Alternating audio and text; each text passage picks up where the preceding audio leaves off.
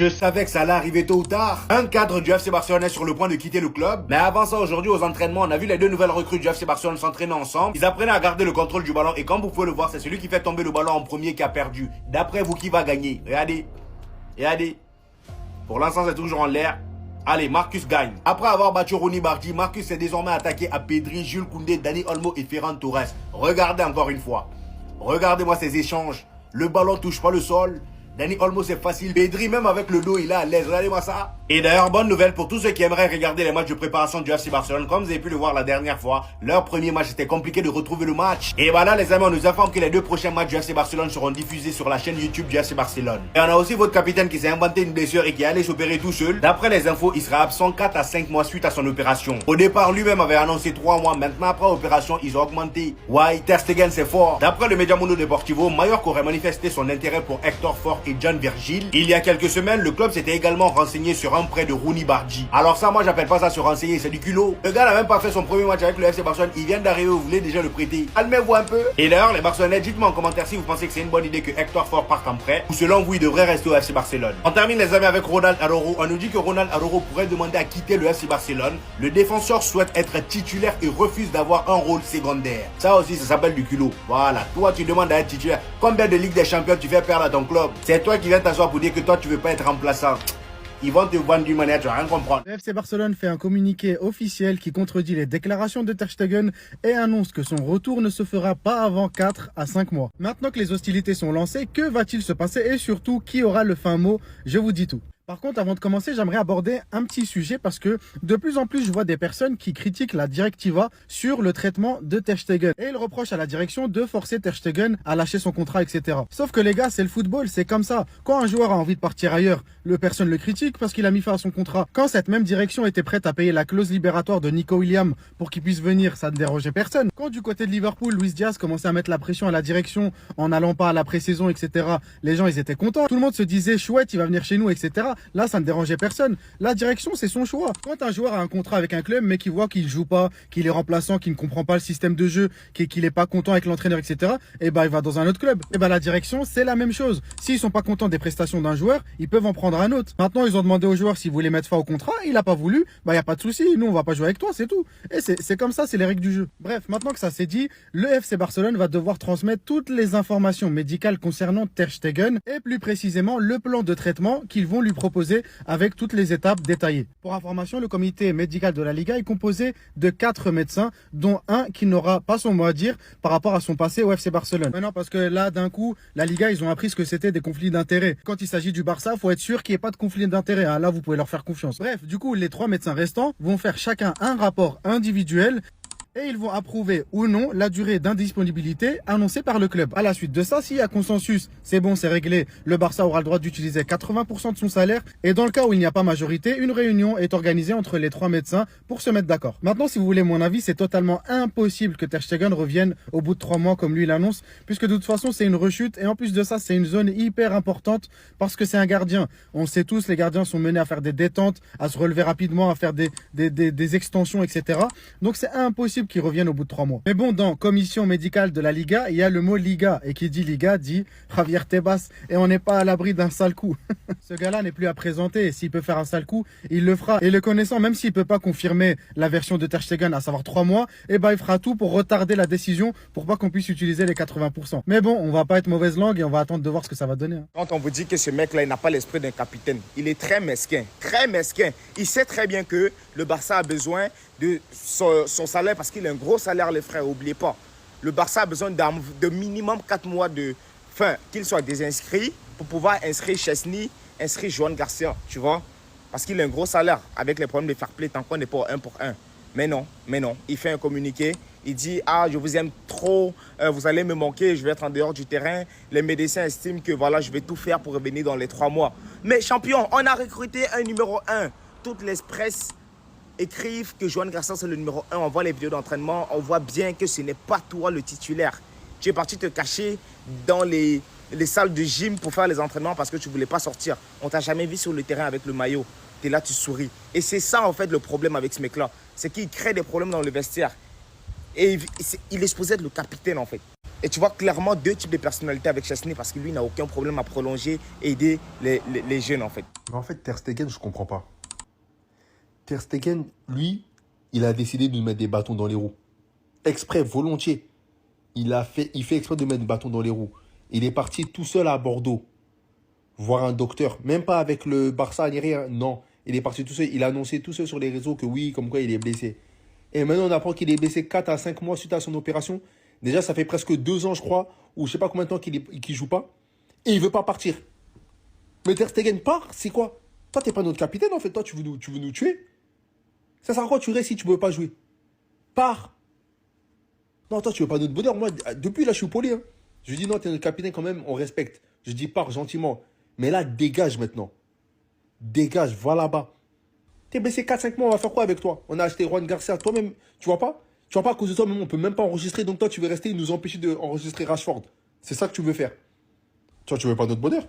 Impossible. Il y a des clubs là-bas qui te veulent. Toi, t'as fait exprès de t'annoncer blessé, comme ça, les gens ne vont pas t'acheter. Toi, tu veux pas notre bonheur? Impossible. T'es mauvais, hein?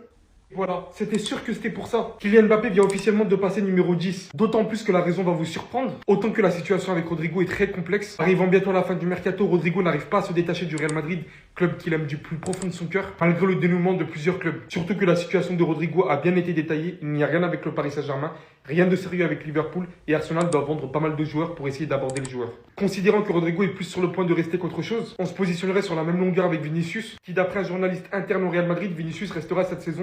Son entourage insiste sur le fait qu'il n'a reçu aucune approche de l'Arabie Saoudite récemment. On a du mal à y croire un peu. Ça serait littéralement très rassurant de savoir que Vinicius et Rodrigo restent avec nous cette saison et que les situations s'améliorent tout simplement au fil des jours, que ce soit en termes de titularisation ou même de contrat à prolonger. Toutes les rumeurs avec Rodri, alhamdoulilah, tout était absolument faux. Loin de nous un mec comme ça. Pour la prochaine saison, Xabi Alonso n'a visiblement toujours pas terminé et il veut beaucoup plus de recherche. Toujours en parlant de l'avenir, même si Arda Güler n'a pas récupéré son numéro 10. On nous confirme une nouvelle fois qu'Arda Güler sera très essentiel pour le projet du Real Madrid à partir de la prochaine saison. Sera littéralement un élément clé de la construction de notre jeu. On ne pourrait pas en dire autant de Gonzalo Garcia qui avait fait très bonne impression lors de la Coupe du Monde des clubs. Au final, on nous dit que la décision finale n'a pas été prise et que Henrik veut tout faire pour essayer de rester au club. De l'autre côté, Ferland Mendy n'est pas du tout impressionné non plus. Malgré Fran Garcia, malgré Carreras, il se sent littéralement à la hauteur de les mettre sur le banc. Ça, c'est très ambitieux.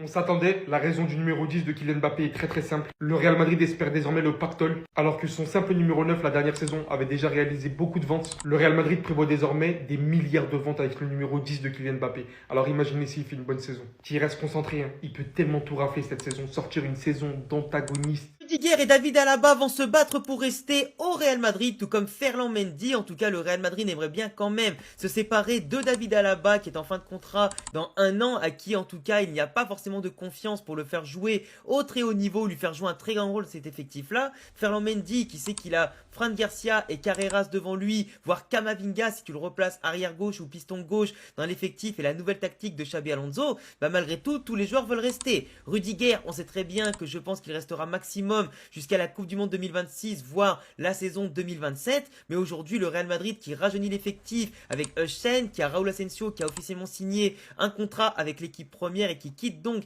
le Castilla de manière définitive. T'as Militao qui revient, qui est quand même beaucoup plus jeune que Alaba, que Rudiger. T'as Joan Martinez qui va pousser au portillon pour grimper aussi en équipe première. T'as potentiellement Konaté qui va être recruté. Donc aujourd'hui, David Alaba et Mendy doivent à mon sens partir pour libérer du salaire et faire en sorte simplement de récupérer un peu d'argent pour réinvestir sur Konaté ou d'autres joueurs comme par exemple un milieu de terrain où une vente aujourd'hui est obligatoire pour dégraisser l'effectif, répondre aux fair play financiers, etc.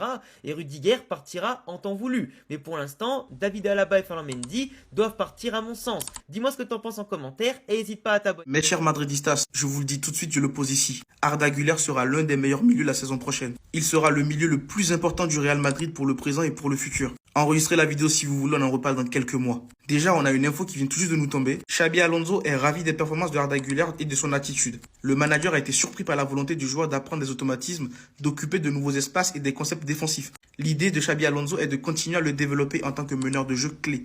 Et ce n'est pas fini, hein. Xabi Alonso a commencé à esquisser quelques idées pour son équipe et Arda Güler est un élément important. L'idée de Xabi avec Arda est claire, tirer parti de sa vision, de son toucher, de sa capacité entre les lignes et également l'impliquer dans les aspects tactiques et défensifs du jeu. Les gars, vous serez totalement surpris. Arda fera partie des joueurs qu'on va découvrir ou du moins redécouvrir sous Xabi Alonso. Il deviendra naturellement le régulateur de ce Real Madrid. Et on sait qu'il en est capable. Il est intelligent, il est technique, il est bon balle au pied. Tout ce qu'il lui faut maintenant, c'est de continuer à apprendre, en tout cas auprès de cet entraîneur-là. Et c'est sûr que petit à petit, il prendra de la confiance. Et c'est là, je vous dis les gars, c'est à ce moment-là que vous allez commencer à voir le vrai talent de ce garçon. Parce que j'en vois plein qui commençaient à le juger par rapport à son match face au Paris Saint-Germain, sachant que l'équipe, elle était nulle, totalement nulle. Toute l'équipe était nulle et ça s'en prenait à ce gamin-là. Laissez-lui du temps. Là, il vient de trouver un coach qui veut le mettre dans les bonnes dispositions. Un coach qui va compter sur lui. Un coach qui va lui faire confiance. Vous allez voir, vous serez surpris. Bref, les gars, dites-moi dans les commentaires. Est-ce que vous êtes d'accord avec moi ou pas? Est-ce que vous comptez sur Arda Güler ou pas? Et surtout, pour ne rien louper, vous savez ce qu'il vous reste à faire. Abonnez-vous. Qui est le joueur qui a le plus impressionné Xabi Alonso au Real Madrid? La presse espagnole vient de le dévoiler. On va voir ça tout de suite. Allez, j'ai déjà fait pas mal de vidéos sur Xabi Alonso pendant la Coupe du Monde des clubs et depuis la fin de la compétition. Vous savez que le Real Madrid va reprendre l'entraînement très rapidement pour préparer la prochaine saison de Liga. Et dans la presse espagnole, on a plein de révélations. Récemment, par exemple, je vous avais dit que Tchouaméni va être un joueur essentiel pour Xabi Alonso. Et en plus du français, il y a un autre joueur qui a bluffé le coach basque. Ce joueur, c'est Arda Güler. Xabi Alonso a tout simplement été impressionné par son niveau à l'entraînement et pendant les matchs de la Coupe du Monde des clubs, mais aussi par son attitude et son comportement. Et le coach du Real Madrid va faire de lui un joueur essentiel la saison prochaine. Alors évidemment, il faudra qu'il soit régulier et qu'il soit bon, parce que sinon, voilà, Xabi Alonso, il le mettra sur le banc. Mais en tout cas, Arda Güler part dans la peau d'un titulaire pour la saison prochaine. Je vous mets la source, évidemment, le journal Marca qui explique que le jeune prodige turc a tout simplement impressionné son coach. Et surtout, Xabi Alonso, il a apprécié le fait que Arda Güler soit polyvalent et qu'il ait réussi à s'adapter à ce rôle un peu plus en retrait que ce dont il a l'habitude. Donc voilà, peu à peu, on commence à avoir pas mal de certitudes sur le futur Real Madrid. On sait que Huysen sera titulaire, que Tchouaméni sera titulaire. Évidemment, les stars seront titulaires. Et Arda Güler, lui aussi, aura une place assurée dans le 11, évidemment, s'il est régulier et performant. Et toi, si t'es fan du Real Madrid, est-ce que tu penses que Arda Güler a les épaules pour être titulaire au Real Madrid? Oui ou non? Dis-moi tout en commentaire et si tu veux être au courant de toute l'actu du Real Madrid, je t'invite à t'abonner. Enfin, le Real Madrid va respecter Arda Güler. Et c'est simple, il est au cœur du projet de Xabi Alonso. Il va démarrer la saison titulaire, les gars. L'entraîneur a été impressionné par la maturité avec laquelle Güler a assumé son nouveau rôle. L'idée est de continuer à le développer en tant que pièce clé dans la création du jeu madrilène. Arda Güler, son heure de gloire, c'est là, ça y est. On le savait, en fait, on le savait tous. On le voyait, on disait, non mais ce petit, quand il va être titulaire, ou s'il joue plus, il va tellement apporter à Madrid. Et à Skip, de son côté, Xabi Alonso, il le savait déjà, parce qu'il avait déjà tenté de le recruter quand il était au Bayer Leverkusen, soit en prêt, soit en mode transfert sec, mais c'était trop compliqué à réaliser l'opération. Et là, enfin, il va avoir ce qu'il mérite. Parce que les gars, je sais qu'il va pas décevoir.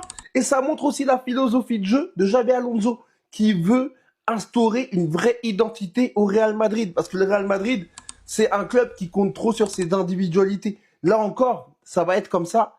Sauf qu'il y aura un vrai jeu derrière. On va pouvoir dire, enfin, après tant d'années, c'est le jeu du Real Madrid. Non, parce que ça, on ne l'a jamais dit. Quelques infos sur le Real Madrid, on voit ça tout de suite. Le Real Madrid est très satisfait des performances de Trent à la Coupe du Monde des clubs. Il aura un rôle très important dans le système de jeu de Xabi Alonso. Il sera crucial pour l'équipe. Par pitié, le Real anticipé. La saison dernière, on a eu plein de joueurs blessés au même poste. À cause de ça, on a mis des joueurs aucun lien dans des postes aucun lien. Parce que partons du principe où Trent il se blesse. Car Varane, on ne sait pas comment il va revenir. Il y a une possibilité qu'il rechute aussi. Donc il nous faut un autre joueur à ce poste-là. C'est important. Xabi Alonso veut plus de signatures. Le Real Madrid a fait plusieurs rapports sur plusieurs joueurs à plusieurs postes, au cas où il y aurait des départs. Le Real Madrid et Xabi Alonso ont ouvert la porte à un départ de Rodrigo. Pour le signer, Arsenal doit d'abord vendre. Le PSG n'est pas intéressé. Jusqu'à présent, il n'y a rien de sérieux avec Liverpool. Et en plus de ça, Rodrigo n'aime pas l'option Tottenham.